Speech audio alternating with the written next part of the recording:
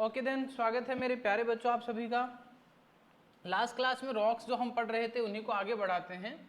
अब रॉक्स वाले टॉपिक के अंदर आपको कुछ बेसिक इन्फॉर्मेशन या यूँ कहें फंडामेंटल कुछ चीज़ें हैं वो मैं समझाने की ट्राई कर रहा हूँ और आप उसको समझने की कोशिश कीजिए।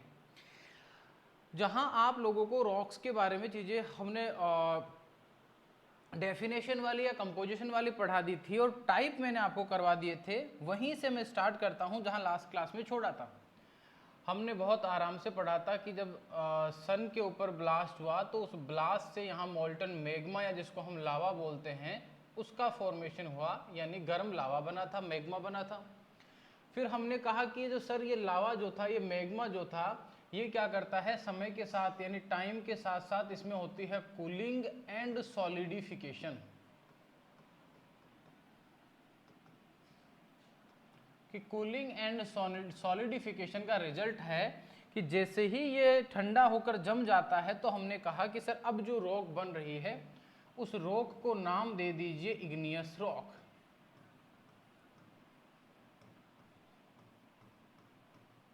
क्लियर है?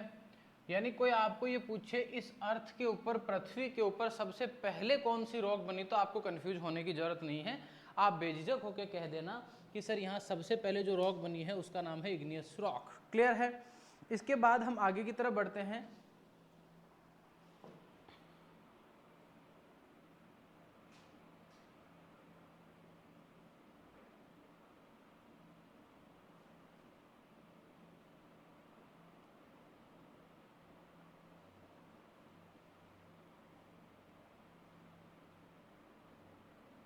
जस्ट एक मिनट, वीडियो का क्वालिटी प्रॉपर नहीं है, मैं उसको एडजस्ट कर देता हूँ। कमेंट आया है बच्चों का कि सर क्लास में प्रॉपर नहीं दिख रहा है। उम्मीद करता हूँ कि अब आपको एकदम क्लियरली दिख रहा होगा। अगर अब भी किसी प्रकार का कोई इश्यू है तो आप बिल्कुल बेझिझक होके ठीक है, अब ओके है। ठीक है, चलो आगे बढ़ते हैं। तो यहाँ इग्नियस रॉक्स का फॉर्मेशन हो गया। ये बहुत बेसिक या यूँ कहें एकदम इजी वाला कंसेप्ट था कि सन के ऊपर ब्लास्ट होकर मैग्मा आया, कूलिंग सॉलिडिफिकेशन से इग्नियस रॉक्स का फॉर्मेशन हो गया। यानी कि जब पृथ्वी का निर्माण हुआ तो उस टाइम पर इस तरह से इग्नियस रॉक्स ही बनी हुई थी और कुछ भी नहीं था। फिर धीरे धीरे यहाँ पर जो इग्नियस रॉक्स थी, इन इग्नियस रॉक्स में वेदरिंग हुई। वेदरिंग का मतलब है ये रॉक्स छोटे छोटे टुकड़ों में टूटने लगी और टूटने के लिए फिजिकल, केमिकल और बायोलॉजिकल तीनों टाइप की वेदरिंग रेस्पॉन्सिबल थी। इनिशियल स्टेज में अगर अपन बात करते तो मेरे हिसाब से फिजिकल वेदरिंग डोमिनेंट रही होगी, बाद में आगे चल के धीरे धीरे केमिकल वेदरिंग डोमिनेंट हो जाती है, पर इनिशियल स्टेज में फिजिकल वेदरिंग ज़्यादा रहती है। सर वेदरिंग का मतलब क्या होता है? एक वर्ड यूज करते हैं हम लोग जिसको बोलते हैं वेदरिंग, और वेदरिंग का मतलब मैं पहले भी आपको समझा चुका हूं कि छोटे छोटे टुकड़ों में, ये एक बड़ी सी रॉक का कोई फ्रेगमेंट है, मान लो ये रॉक है, अगर ये आगे चल के छोटे छोटे टुकड़ों में, छोटे छोटे स्मॉल पीसेज में इसका ब्रेकडाउन होता है तो हम इसको बोलते हैं वेदरिंग। क्या बोलते हैं? वेदरिंग। यहाँ पर जो रॉक है मान लो ये छोटे छोटे टुकड़ों में टूट गई और पानी के साथ ये सारा बारिश होती है तो बह के नीचे आ जाता है।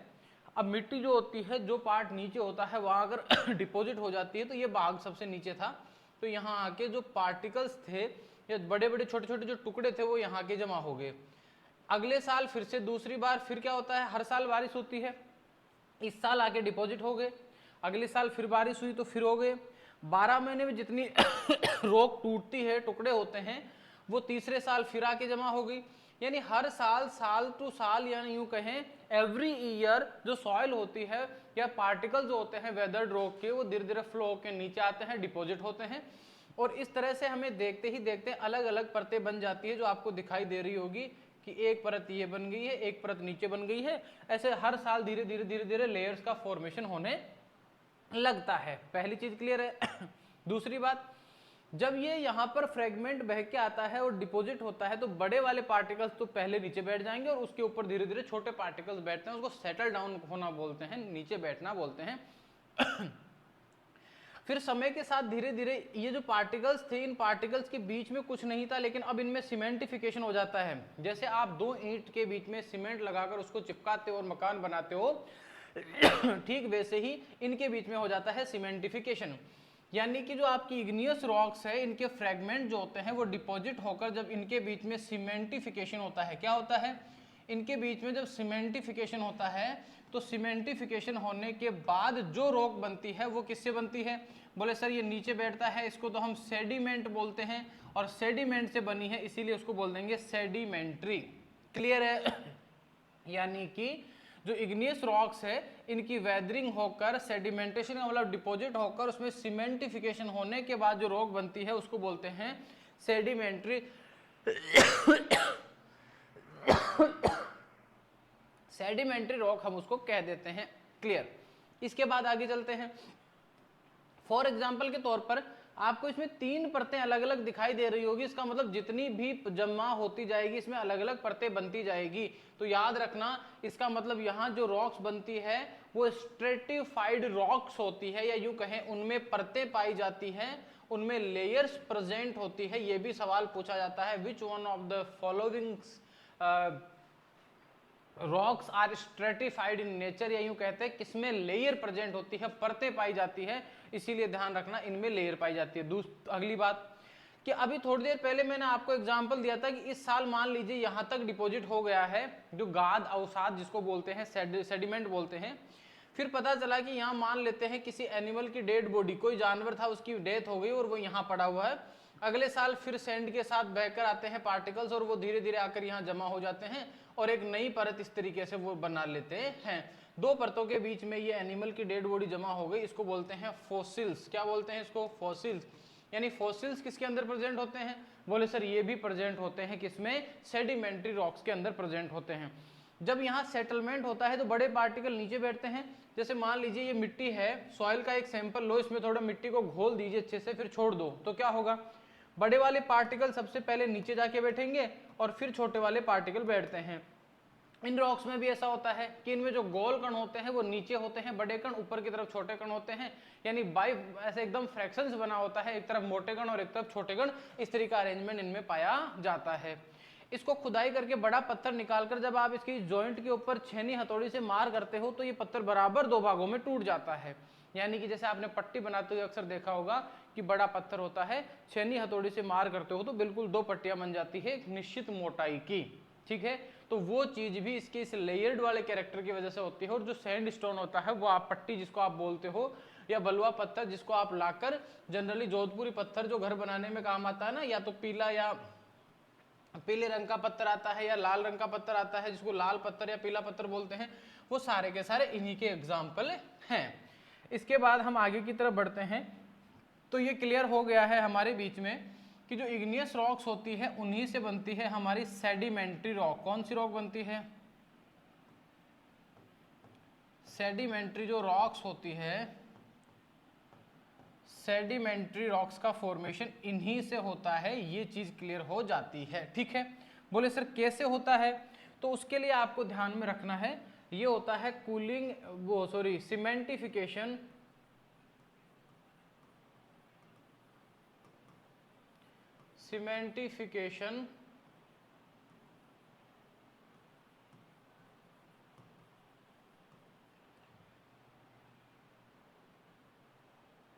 of deposited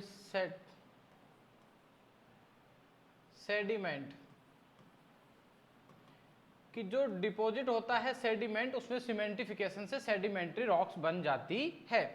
हमें अच्छे से पता है कि अर्थ के ऊपर सबसे ज्यादा क्वांटिटी में जो रॉक होती है उसका नाम है इग्नियस रॉक। सबसे ज्यादा क्वांटिटी में होती है, इसीलिए इग्नियस रॉक का नाम होता है प्राइमरी रॉक। इसको क्या बोलते हैं? सबसे ज्यादा क्वांटिटी में होने की वजह से इसको बोलते हैं प्राइमरी रॉक। ध्यान रखना, एग्जाम में पूछा जाता है which one of the following rock is known as primary rock, उसका नाम है इग्नियस रॉक। आगे चल के सबसे पहले इन सब चट्टानों के अंदर सबसे पहले कौन सी रॉक बनती है? बोले सर इग्नियस रॉक। इसीलिए इग्नियस रॉक को कहा जाता है ओल्डेस्ट रॉक। याद रखना, क्या बोलते हैं इसको? सबसे प्राचीन चट्टान भी यही है। आगे चल के हमें पता है कि इग्नियस रॉक से सेडिमेंट्री बनती है और इग्नियस रॉक से ही मेटामॉर्फिक रॉक बनती है, यानी कि सबका जन्म किससे होता है? इसी से होता है, इसीलिए इसको बोलते हैं मदर रॉक। क्या बोलते हैं? Mother rock. एग्जाम में सवाल आते हैं विच one of the following is called mother rock, which one of the following is oldest rock, which one of the following is called primary rock. तो प्राइमरी रॉक, ओल्डेस्ट रॉक या mother rock, तीनों नाम igneous rock के हैं। और याद रखना all earth crust में ये 95% पाई जाती है। कितने परसेंट पाई जाती है? 95% पाई जाती है। आगे चलकर इग्नियस रॉक्स जो होती है या फिर कहें सेडिमेंट्री जो रॉक्स होती है, इन दोनों से ही बनती है मेटामॉर्फिक। कौन सी? इन दोनों से बनती है मेटामॉर्फिक रॉक्स। बोले साहब इनकी क्या प्रोसेस है, इनकी क्या विशेष बात है? तो ध्यान रखना, होता क्या है कि इन दोनों ही रॉक्स के ऊपर जो बहुत ज्यादा प्रेशर अप्लाई होता है, दाब लगता है, यानी प्रेशर होगा या तो, या फिर क्या होगा, प्रेशर नहीं होगा तो, या तो हाई प्रेशर या टेम्परेचर की वजह से इन दोनों की केमिकल स्ट्रक्चर में या फिजिकल स्ट्रक्चर में चेंज आ जाएगा। और जब चेंज आया इसका मतलब नई रॉक बन गई, तो उस नई रॉक को बोलते हैं मेटामॉर्फिक रॉक। मेटामॉर्फिक रॉक का फॉर्मेशन एक प्रोसेस से होता है जिसका नाम है मेटामॉर्फिज्म। और मेटामॉर्फिज्म शब्द का मतलब ही होता है टू चेंज इन फॉर्म, यानी कि रूप में परिवर्तन होना। मेटामॉर्फिक इसलिए बोलते हैं क्योंकि इन दोनों के रूप में परिवर्तन आने से ये बनती है, इसीलिए इसका नाम ही होता है मेटामॉर्फिक। मॉर्फोलॉजी का मतलब होता है आकार, आकृति, रूप की बात कर रहे हैं। यानी हम क्लियर है कि इन दोनों ही रॉक से क्या बनती है? मेटामॉर्फिक रॉक बनती है। कारण क्या होता है? कारण होता है due to high pressure and temperature. बोले सर इससे क्या हुआ? हाई प्रेशर और टेम्परेचर की वजह से होता क्या है? चेंज हो जाती है। कौन हो जाती है? चेंज इन, या तो आ जाता है फिजिकल फॉर्म में, या आ जाता है केमिकल में, और या हो सकता है दोनों में। तो इनमें चेंज आने की वजह से एक नई टाइप की रॉक बनती है जिसको बोलते हैं मेटामॉर्फिक रॉक्स। और आगे चल के यही सेडिमेंट्री रॉक जो होती है, या यही मेटामॉर्फिक जो रॉक होती है, या इग्नियस जो रॉक्स होती है, ये वापस से संपर्क में अगर लावा के आती है तो वापस से पिघलती है, और पिघल कर लावा बनता है और वापस से इग्नियस रॉक्स बना लेती है। ये साइकिल कंटिन्यूसली इसी तरीके से रन कर रहा है। अभी प्रेजेंट टाइम की बात करते हैं तो ठीक है। अब आगे की तरफ चलते हैं। ये वाली जो सेडिमेंट्री रॉक्स है, इनके अंदर भी कुछ सवाल पूछे जाते हैं। पहली बात, इसमें लेयर बनती है, पहले ही हम डिस्कस कर चुके हैं, इसीलिए इनको बोलते हैं लेयर्ड रॉक।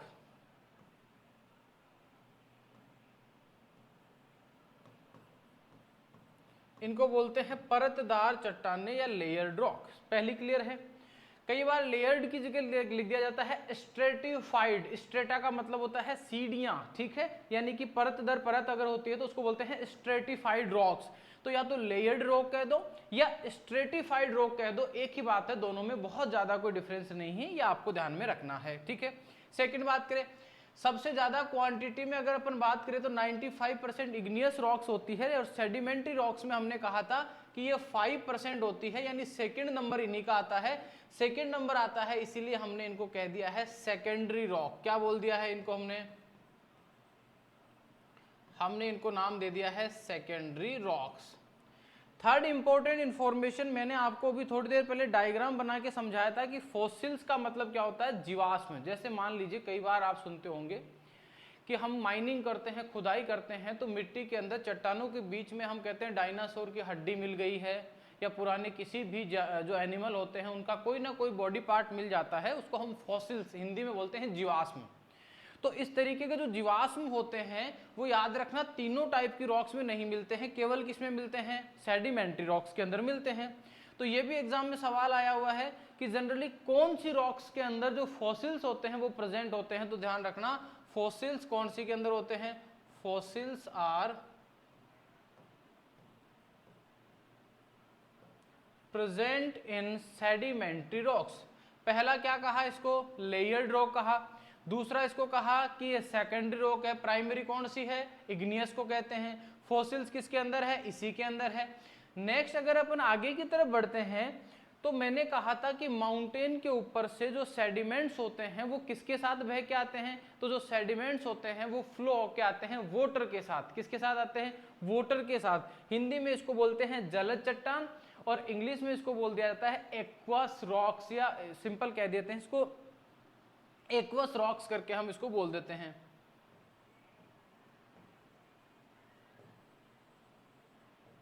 एक्वस रॉक, तो याद रखना लेड रॉक, स्ट्रेटिफाइड रॉक्स 5% होती है, इसलिए सेकेंडरी रॉक फॉसिल्स प्रेजेंट होते हैं, एक्वस रॉक भी इसी को बोलते हैं। ये सारे के सारे नाम किसके होते हैं? सेडिमेंट्री रॉक के नाम है, ये आपको ध्यान में रखना है।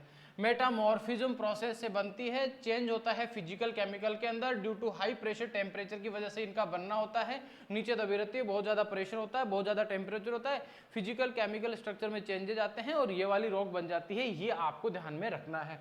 इसके बाद अपन आगे की तरफ बढ़ते हैं, तो ये साइकिल कंटिन्यूसली अर्थ में चलता रहता है, ये 95% रहती है और ये वाली कितनी रहती है? ये वाली 5% रहती है। क्लियर है मामला? और इन दोनों ही रॉक्स से कौन सी बनती है? मेटामॉर्फिक रॉक्स बनती है। मेटामॉर्फिक रॉक्स के बनने के लिए जो प्रोसेस होती है, उस प्रोसेस को हम नाम देते हैं मेटामॉर्फिज्म।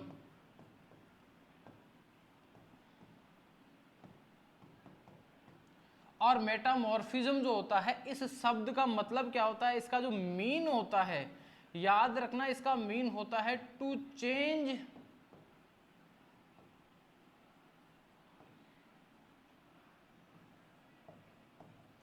चेंज इन फॉर्म, यानी जो रॉक आपके सामने या जो भी चीज है उसके रूप में परिवर्तन होना कहलाता है मेटामॉर्फिज्म। एंटोमोलॉजी आपने पढ़ा होगा तो उसमें मेटामॉर्फोसिस पढ़ा होगा, कंप्लीट मेटामॉर्फोसिस, इनकम्प्लीट मेटामॉर्फोसिस। जैसे कोई भी इंसेक्ट जो होता है वो सबसे पहले एग देता है, अंडा देता है, उस अंडे से फिर आपने देखा होगा कि लार्वा निकलता है, फिर कैटरपिलर बनता है, फिर उसके बाद उसका जो एडल्ट बनता है। अलग अलग इंसेक्ट में ऐसा अलग अलग प्रोसेस चलती है कि पहले एग होता है, फिर एग से क्या होता है एग से लट निकलती है, फिर प्यूपा बनता है, फिर एडल्ट बनता है। कुछ में क्या होता है कि ये बीच वाला एक स्टेप गायब हो जाता है, 3 नहीं होता, उसको इनकम्प्लीट मेटामॉर्फोसिस बोलते हैं।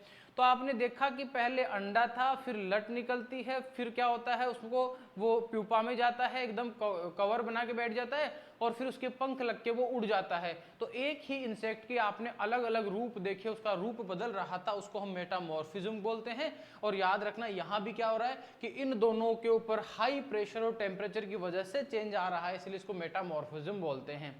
देखो, प्रेशर जो होता है उसको बोलते हैं हाइड्रो, और टेम्परेचर का मतलब थर्मो, यानी कि इसकी वजह से जो रॉक्स बनती है उनके लिए कई बार आपने थर्मोडायनेमिक करके नाम सुना होगा, वर्ड यूज किया जाता है, ध्यान रखना। ये भी आपको कई बार पूछ लिया जाता है, which one of the following rock found by the thermodynamic, या इस तरीके का सवाल आता है, वो मैं आपको डिटेल से इसके एग्जांपल्स के अंदर पढ़ाऊंगा। ये बेसिक इंफॉर्मेशन हो गई है। इसके बाद में हम पढ़ेंगे इग्नियस रॉक्स के बारे में। अब देखो, बार बार ये तो है नहीं कि जो पढ़ा दिया है वही चीजें मैं आपको रिपीट कर करके पढ़ाता रहूंगा।